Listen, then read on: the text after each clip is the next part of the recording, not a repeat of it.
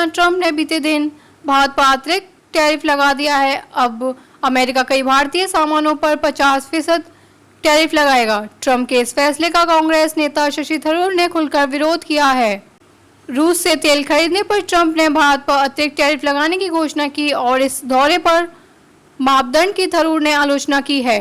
थरूर ने कहा कि अमेरिकी राष्ट्रपति डोनाल्ड ट्रंप के इस कदम से अमेरिका में बहुत से लोगों के लिए हमारे सामान खरीदना मुश्किल होगा। शशि थरूर ने कहा कि चीन भारत की तुलना में काफ़ी ज़्यादा रूसी तेल सहित कई अन्य सामग्रियों की आयात करता है, लेकिन उसे अमेरिकी टैरिफ से 90 दिनों की छूट मिली है। उन्होंने कहा कि यूरेनियम, पैलेडियम समेत कई ऐसी चीज़ें हैं जो अमेरिका रूस से ले रहा है और यही उसका दोहरा चेहरा है।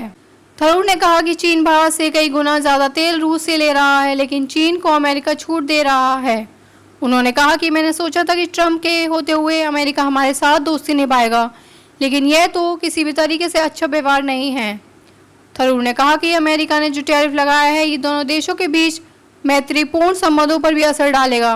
कांग्रेस नेता ने कहा कि अब भारत के भीतर अमेरिकी निर्यात पर पारस्परिक टैरिफ लगाने का दबाव बनने की संभावना है। शशि थरूर ने ANI से बात करते हुए कहा कि हमें अब दूसरे बाजारों पर भी फोकस करने की ज़रूरत है। उन्होंने कहा कि अब हमें अन्य बाजारों में गंभीरता से विविधता लाने की ज़रूरत है जो हमारे सामानों में रुचि रखते हों। अब हमारा ब्रिटेन के साथ एक मुक्त व्यापार समझौता है। हम यूरोपीय संघ से बात कर रहे हैं। ऐसे कई देश हैं जिनके साथ हम उम्मीद करते हैं कि हम ऐसा कर पाएंगे। इससे पहले ट्रंप टैरिफ पर जवाब देते हुए विदेश मंत्रालय ने एक आधिकारिक बयान में कहा कि हाल ही के दिनों में अमेरिका ने रूस से बताए गए तेल आयात को निशाना बनाया है।